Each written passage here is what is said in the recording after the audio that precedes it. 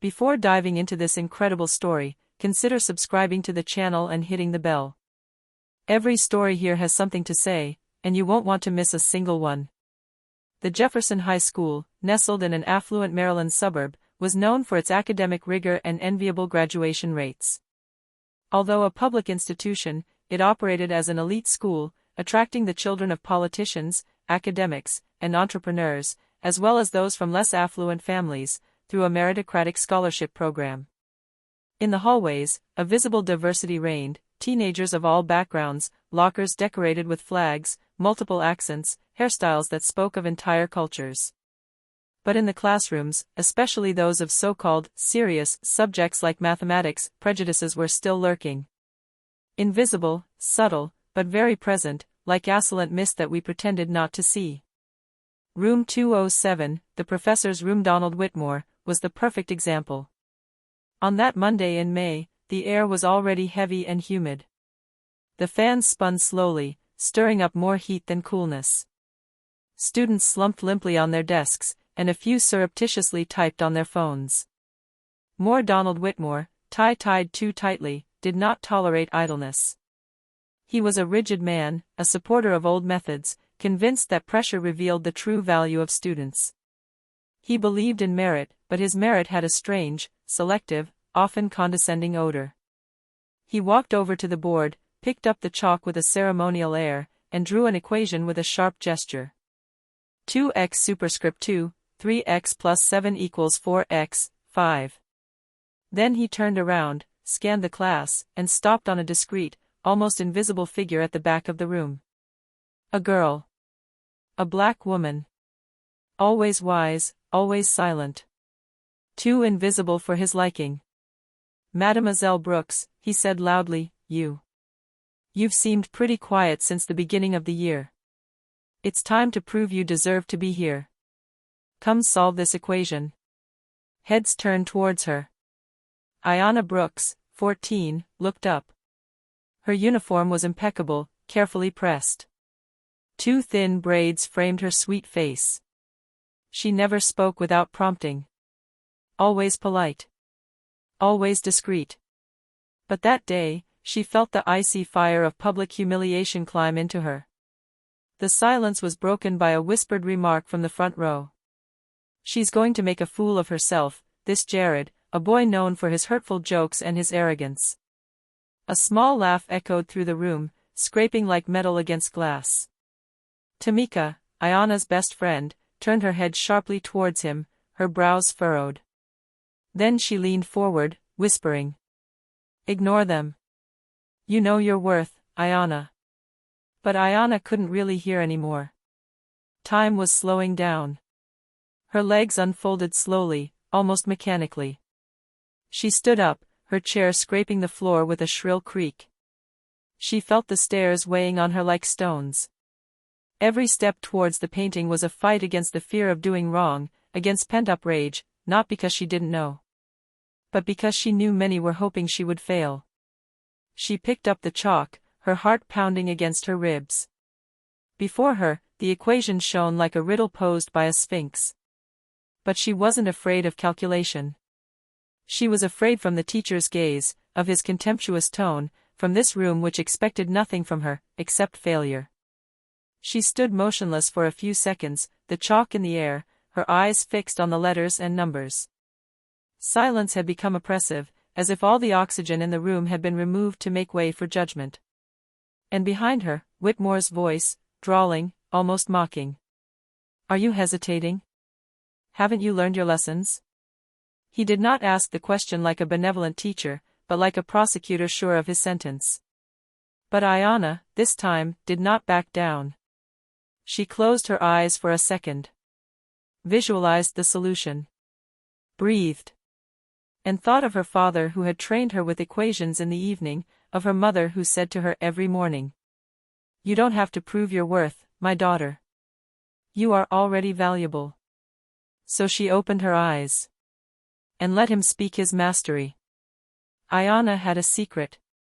A secret so well kept that even her closest friends, including Tamika, didn't know its extent. At 10 years old, during a series of psychoeducational tests recommended by her primary school teacher, she had been diagnosed high intellectual potential. Son IQ exceeded 160, a figure that raised eyebrows even among the most seasoned school psychologists.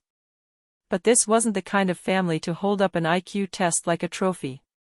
SES parents, Michael E. T. Rosa Brooks, former civil rights activists in Atlanta, had lived through the days of segregated drinking fountains, the scornful stares in integrated schools, the invisible barriers that even excellence couldn't break. So when they learned of Ayanna's results, their first reaction wasn't pride, but caution. "My darling," his mother had told him, holding his hands, "your light will always shine. But never let it be so dazzling as to blind those who are not ready to see it." His father added in a calm tone, "You don't have to win by crushing. Win by lifting others up." So Ayanna had learned to listen, to observe, to keep her answers quiet when others fumbled.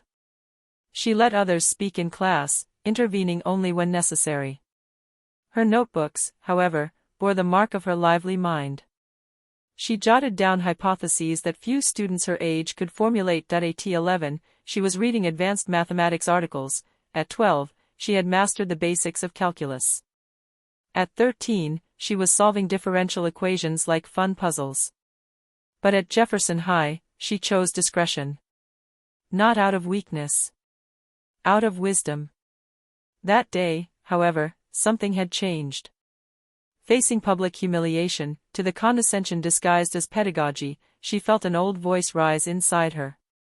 That of all girls like her, judged on their silence, their skin, or their hairstyle, but never on their mind. Standing before the board, she took a deep breath. Time seemed to slow down. Her hand gripped the chalk with precision, like a conductor gripping his baton before a symphony. His dark eyes scanned the hastily written equation. 2x superscript 2, 3x plus 7 equals 4x, 5. She frowned slightly. Something was wrong. An incongruity in the equation, almost imperceptible. The right-hand side should have been 4x, for the exercise to have two real solutions. It was a classic transposition error, but coming from Whitmore, this revealed more arrogance than inattention. She didn't say anything about it right away. She left the equation as it was, but already mentally integrating the correction.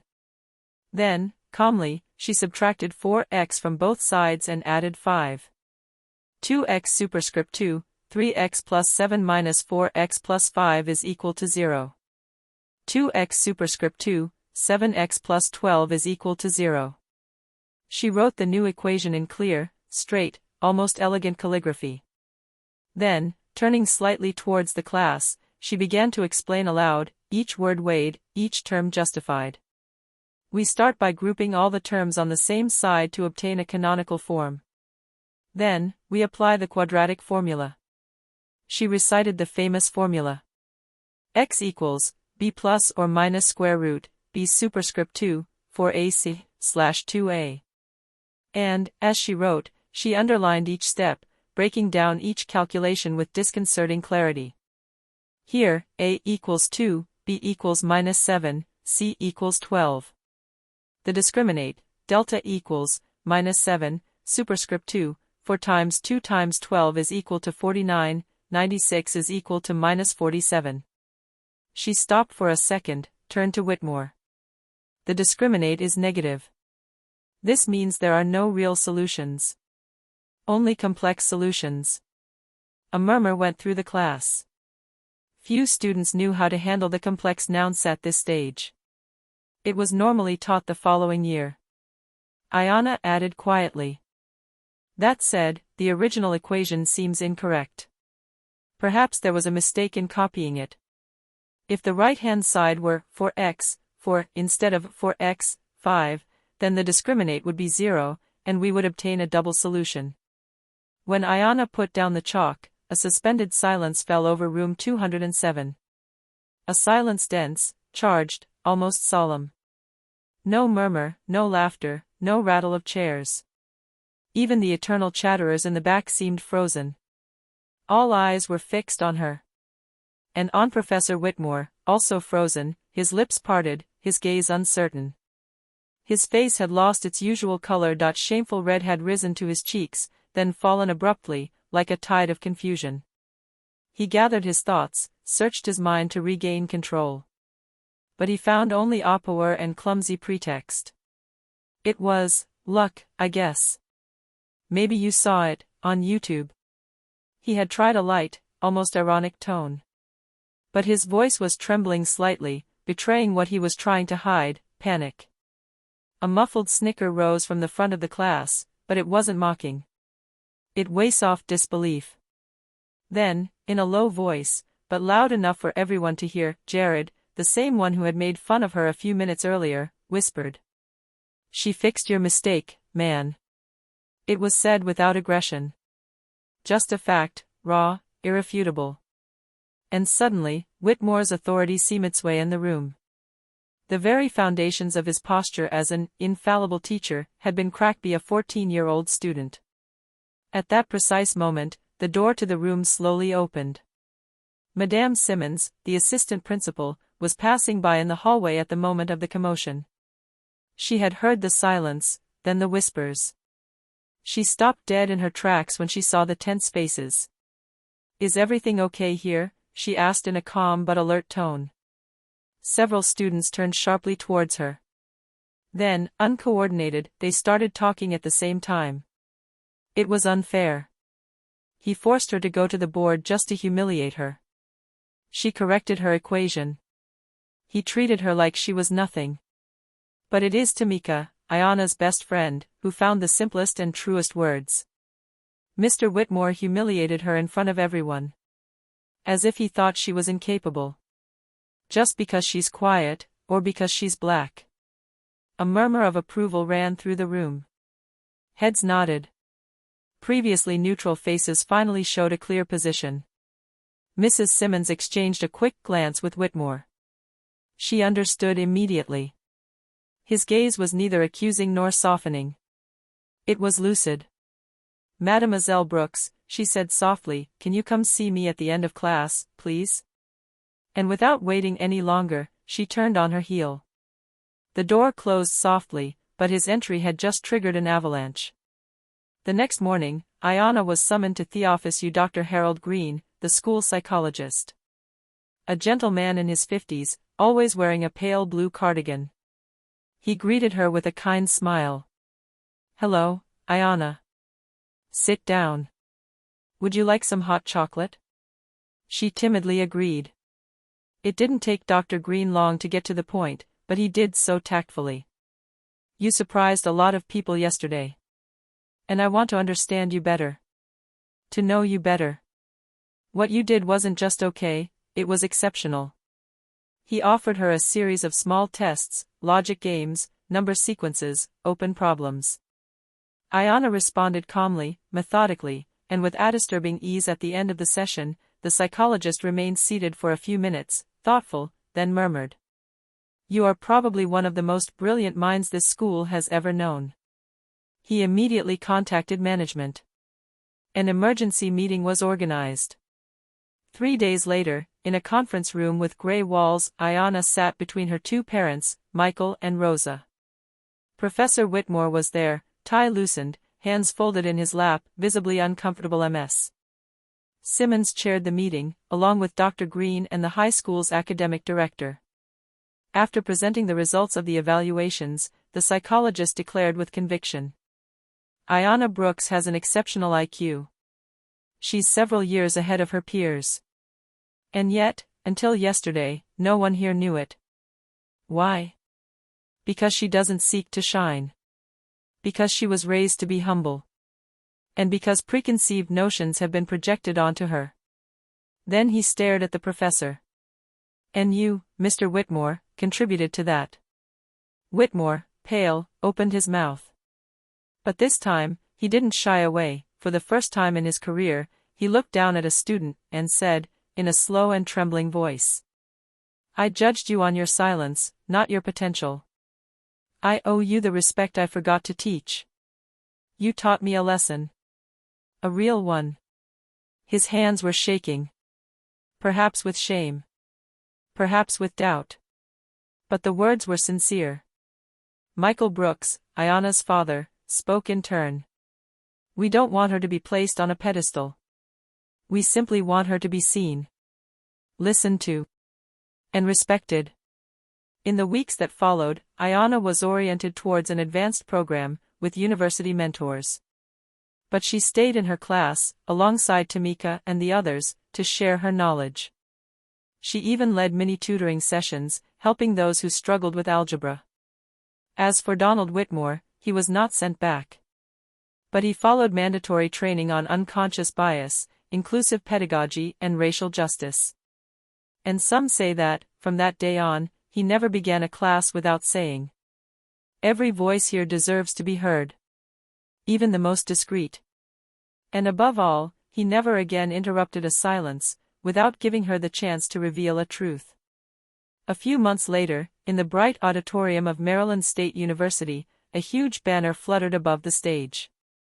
National Competition for Young Talents in Mathematics, Final 2025. Among dozens of finalists from across the country, Ayana Brooks was the youngest. At just 14, she had breezed through the preliminaries with astonishing ease. But that day, she wasn't just thinking about numbers. She was one goal. One voice. One memory. Her parents, seated in the third row, held their hands together, holding back tears as their daughter walked across the stage. She delivered a series of demonstrations, elegant arguments, and brilliant shortcuts. Her calm, her precision, and above all, his clear and calm teaching even fascinated the judges. When the jury announced his name as first prize winner, the room rose. Applause. Whistles of admiration. Cameras. Flashes. But Ayana, center stage, wasn't just smiling. She was holding her trophy like a symbol. No personal victory, but silent reparation. A few days later, she was invited to give a speech at a conference on equity and education, organized by a network of progressive high schools. Dressed simply, she spoke before an amphitheater filled with teachers, educational leaders, and students. She stood straight, dignified, her voice soft but firm. A few months ago, I was an invisible student. Silent. Not because I didn't know, but because I'd been taught that silence can protect. I was called to the board not to learn, but to be tested, exposed, humiliated. But I chose to respond with mastery. Not anger. Because what I defend is not my ego, but the idea that intelligence has no color. That genius has no single face. That knowledge is, first and foremost, the ability to listen. And to encourage. My intelligence should not erase my skin color. And my color should not reduce my value. A silence, laden with respect, followed his words. Then the room erupted in standing ovation. In the months that followed, prestigious universities like MIT, Stanford, Columbia, began to follow his path. Not to offer him an immediate place, but to build connections, offer mentoring, integrated into elite scientific circles adapted to her age. She participated in research camps, conferences on applied mathematics, and programs for gifted young people. But despite these honors, she never forgot that day in room 207. Not because of humiliation. But because that day she had learned that we can push back ignorance without violence. That a blackboard can become a mirror in which we read the truth of a soul. For his part, Professor Donald Whitmore he experienced this day as a turning point. After requesting a transfer, he was assigned to a small rural school in Appalachia County.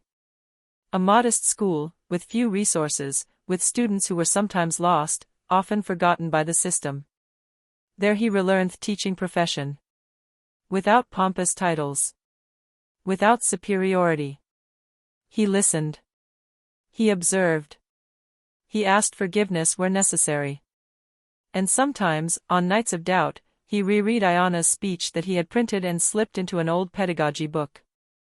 10 years later, at 24 years old, Ayana became an assistant professor of mathematics at the University of Berkeley, specializing in algorithms applied to inclusive education.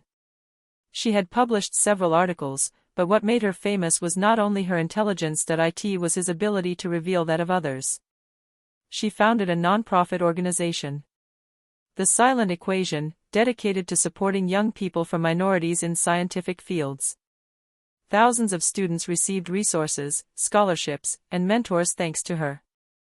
And every time she walked into a classroom, Ayanna remembered. Not part of the equation. More than what she had revealed, fear, arrogance, injustice, but also the courage to stand up straight, to respond with knowledge and dignity. She often said to her students, "An equation is not just a series of symbols. It is a voice. A way of telling the world, I exist, I think, I build."